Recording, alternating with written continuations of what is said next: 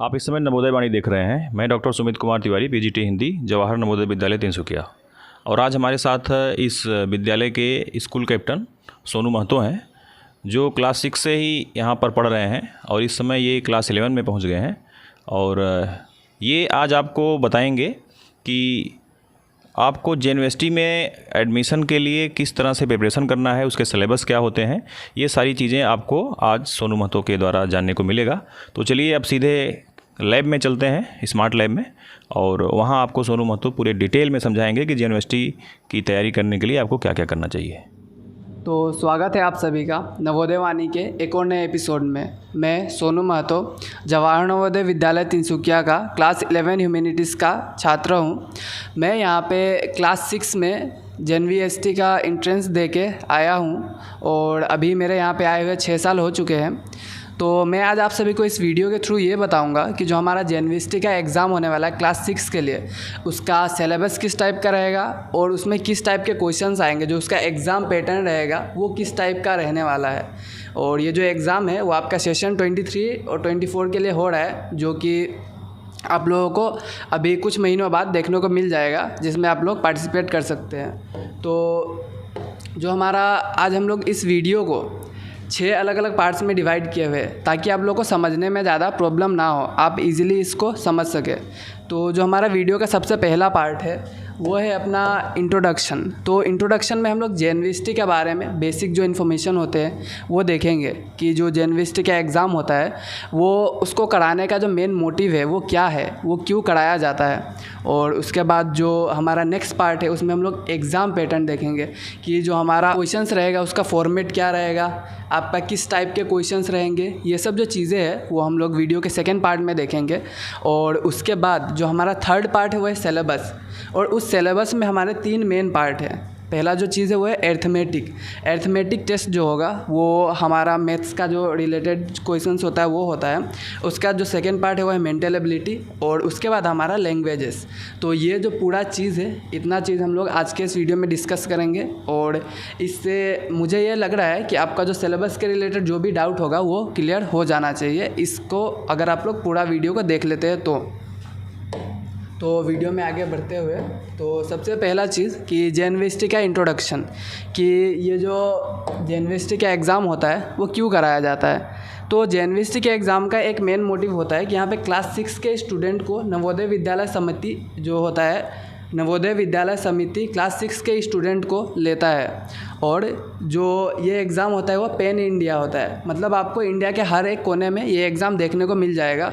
और यहाँ से क्लास 6 के स्टूडेंट को सेलेक्ट किया जाता है, जो कि 21 अलग अलग भाषाओं में वो जो बच्चा होता है एग्ज़ाम दे सकता है। ज़रूरी नहीं है कि वो इंग्लिश या फिर हिंदी में ही एग्ज़ाम दे। अगर आपको रीजनल लैंग्वेज आता है तो आप रीजनल लैंग्वेज में भी एग्ज़ाम दे सकते हैं।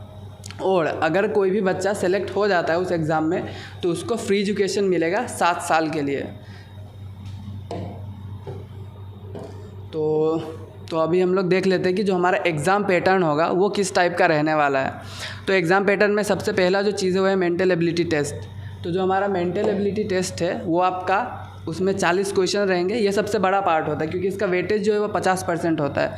जो आधा क्वेश्चन पेपर रहेगा वो आपका मेंटल एबिलिटी टेस्ट पे ही बेस्ड रहेगा।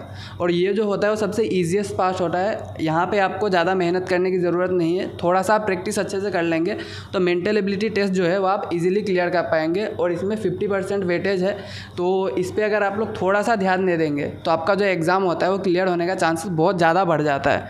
और इसमें आपको 60 मिनट का ड्यूरेशन मिलने वाला है और ये 50 मार्क्स का होने वाला है। और उसके बाद जो आपका एर्थमेटिक टेस्ट जो होता है तो इसमें भी 20 क्वेश्चन रहेंगे, 1.25 मार्क्स। आपको हर क्वेश्चन के लिए 1.25 मार्क्स मिलता है। तो 20 क्वेश्चन यहाँ पे रहेंगे, 25 मार्क्स, इसमें ड्यूरेशन 30 मिनट, 25% का वेटेज।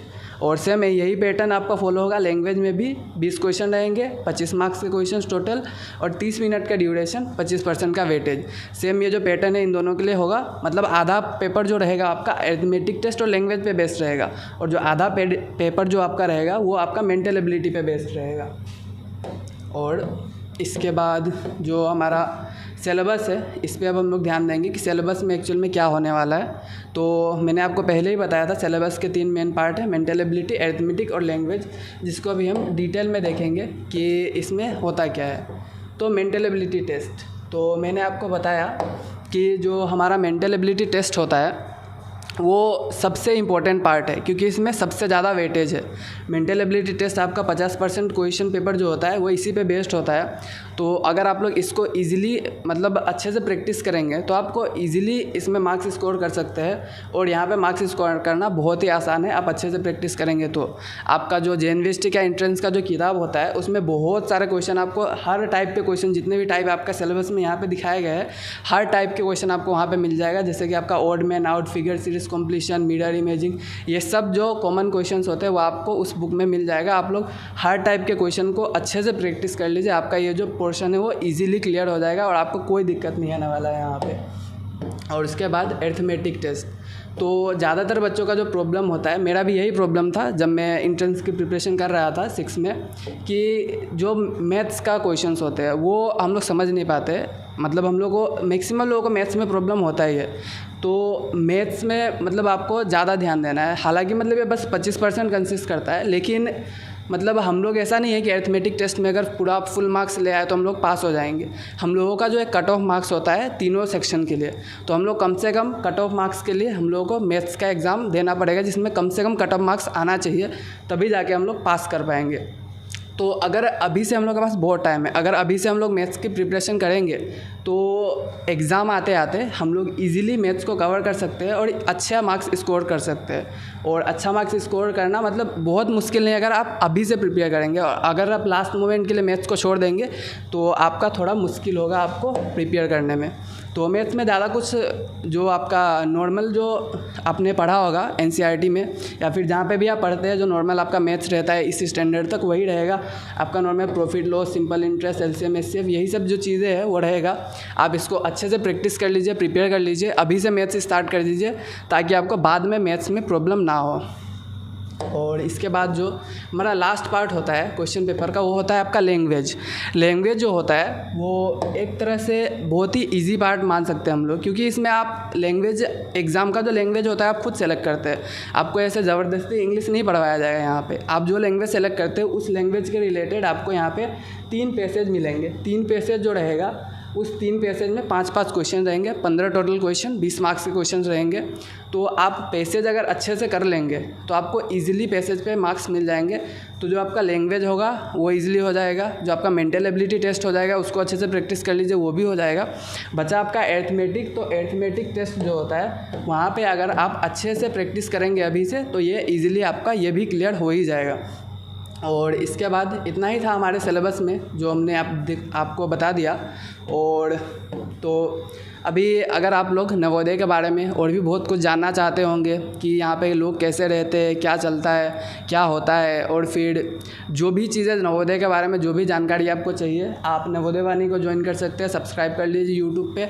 या फिर आपको कोई भी अपडेट चाहिए नवोदय के रिलेटेड, आप navodaywani.com पे जा सकते हैं। आपको हर वो चीज़ जो नवोदय के रिलेटेड आपके पास होनी चाहिए इन्फॉर्मेशन, वो सारी चीज़ें आपको यहाँ पर मिल जाएगी। धन्यवाद।